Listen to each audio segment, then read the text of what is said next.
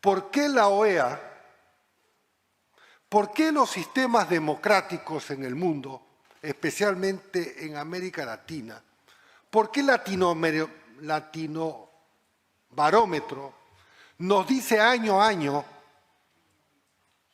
que nuestros ciudadanos y especialmente nuestros jóvenes no nos creen? No nos creen a los políticos, no creen en la democracia, no creen en el sistema representativo, porque ven esto, justamente. Ven 11 abstenciones, países que han suscrito la Carta Fundamental, el Pacto de Bogotá, en cuyo primer artículo se dice, todos aquí comprometidos a subrayar, palabras más, palabras menos, sostener la democracia como valor fundamental de nuestros regímenes. Es más, años después, todos aquí presentes, ausentes y los que se han abstenido, votaron a favor de la Carta Democrática, instrumento justamente preparado, pensado para abortar los regímenes que se quieren perpetuar en el poder y en este caso abusar de la brutalidad de la fuerza, persiguiendo, encarcelando, matando, amenazando. Yo no me he referido al sistema interamericano de los derechos humanos. ¿Sobre la comisión no tuvo reservas que parecían favorecer a quienes quieren que nos retiremos de ella? No, va a decir, y está escrito en un artículo que se puede buscar, que se llama El Informe, que es... donde analizaba el informe que elaboró la comisión que las 300 páginas, y dije que las había leído 3 veces. Me ratifico en lo que dije en ese artículo. Va a decir, entonces opinaba Javier González Olechea, ahora es el ministro, y que es de la República. Pero me ratifico en los contenidos, en todo lo extenso, digamos, en toda la extensión, y ahí, para que no quede duda, yo decía que el informe había omitido algunas cosas importantes y había dicho medias verdades. Muy bien, tomamos nota entonces de que se puede buscar para que no quede. El artículo se llama El Informe. Y lo recuerdo muy bien, señor, y es por eso que le hago la pregunta. Muchas gracias. Brindamos la cordial bienvenida a los representantes de colectivos del hermano pueblo venezolano constituidos en la ciudad capital de nuestro país, la ciudad de Lima. Los recibimos con cordialidad, con la señora primera vicepresidenta, para decirles a ellos y a través de ellos, a los compatriotas venezolanos que se encuentran en su país, la solidaridad, la plena identificación del Congreso de la República del Perú con la lucha del pueblo venezolano.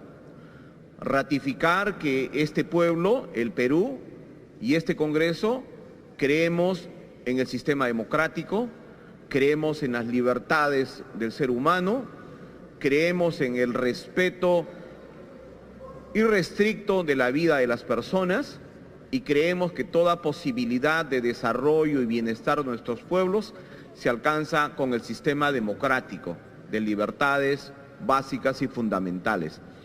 Y por ello, en consecuencia con esos principios y valores que inspiran a nuestra sociedad y a este Congreso, hemos emitido, como bien ha señalado nuestra vicepresidenta, un comunicado conjunto de la mesa directiva por la cual se expresa nuestra preocupación seria, ¿no?, en torno a los sucesos en la hermana República de Venezuela. Nosotros siempre hemos exigido elecciones libres, elecciones democráticas y que se respete la voluntad popular. Lamentablemente eso no ha sucedido. Puno y Cusco concentran cerca de 6 millones de turistas al año. Influencia marcada del expresidente boliviano Evo Morales Ayma, quien está actuando de alguna manera irresponsable frente a un país hermano, frente a un país que históricamente lo acompañó inclusive en la Guerra del Pacífico, donde perdimos Perdimos un departamento por la alianza política y militar que teníamos con Bolivia en ese entonces, ¿no? Entonces él actúa de manera contraria a la propia historia, afectando la paz y la tranquilidad en el Perú. El día de hoy ya hay 17 personas fallecidas, hay más de 700 detenidos y una represión brutal que se está dando en este momento en el hermano país de Venezuela. Nosotros nos solidarizamos como bancada de Fuerza Popular, pero próximamente el presidente del Congreso tomará las decisiones respecto a algún pronunciamiento. Lamento muchas de las expresiones y me solidarizo en este momento con el congresista Flores Ancachi, que ha sido víctima de esos vándalos que andan por muchos lugares del país azuzando y fomentando la violencia.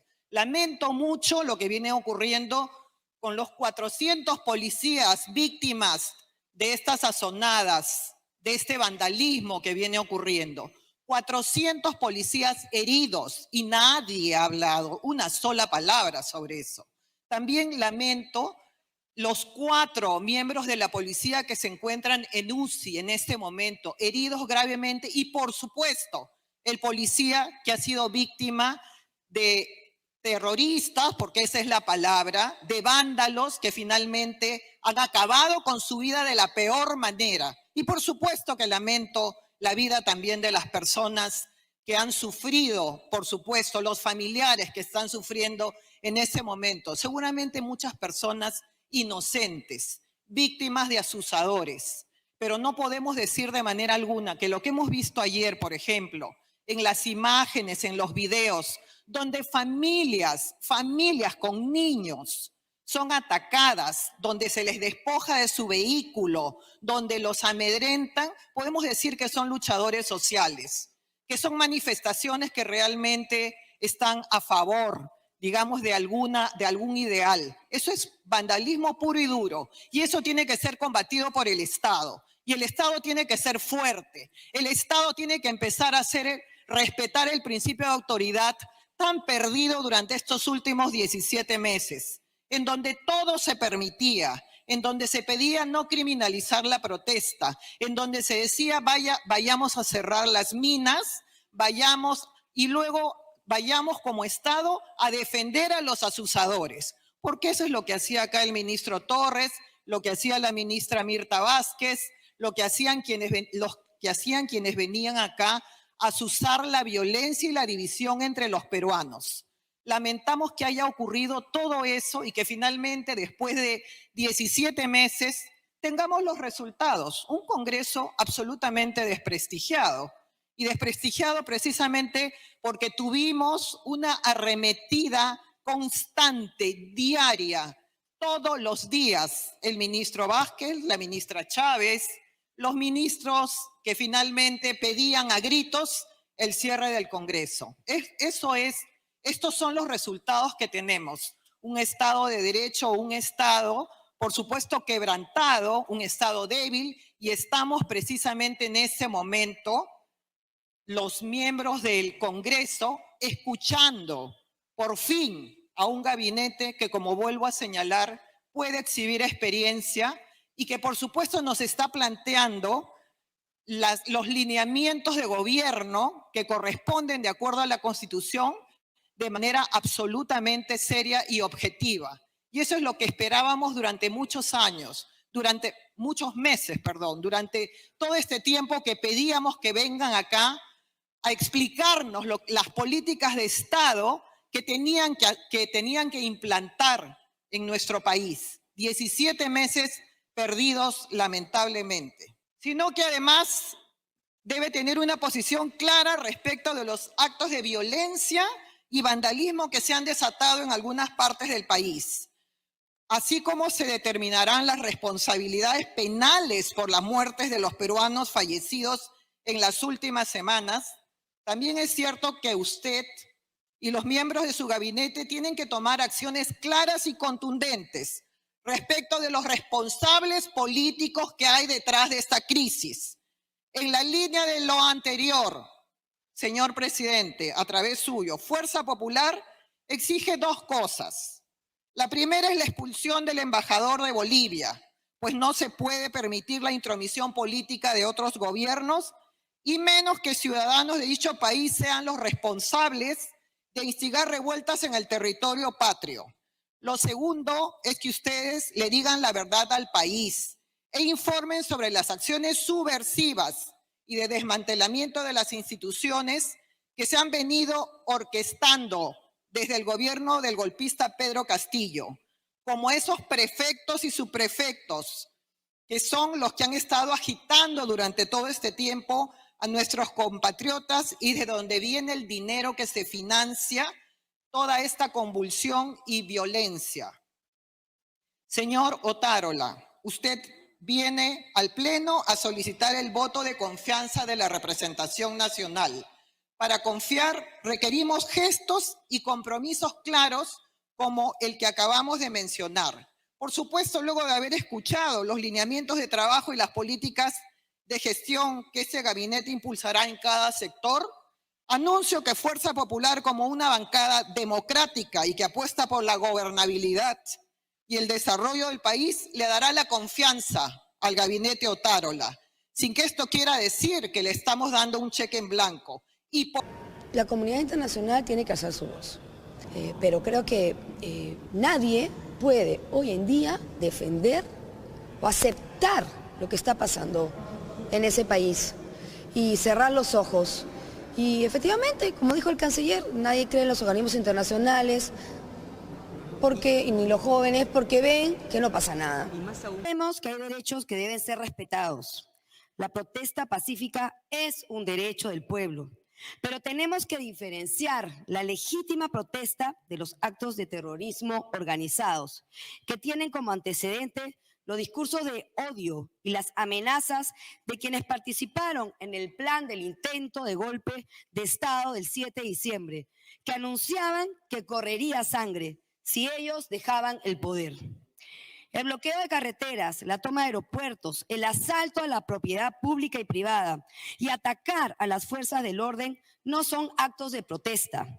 Y hay que decirlo claramente. Son delitos, son actos de vandalismo, son planes terroristas de sectores radicales que buscan la muerte de los peruanos para imponer una agenda.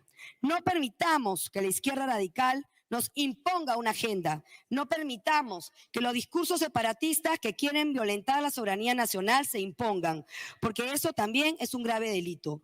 Por eso la prohibición del ingreso a nuestro territorio nacional al señor Evo Morales es un acierto que respaldamos. Las lamentables muertes de peruanos no son producto de una represión o una militarización. Nuestra policía y también nuestro ejército, cuando es convocado, hacen una labor sacrificada para garantizar el orden y la paz. Nuestro respaldo y apoyo a la fuerza del orden, la ley tiene que ser defendida con la ley.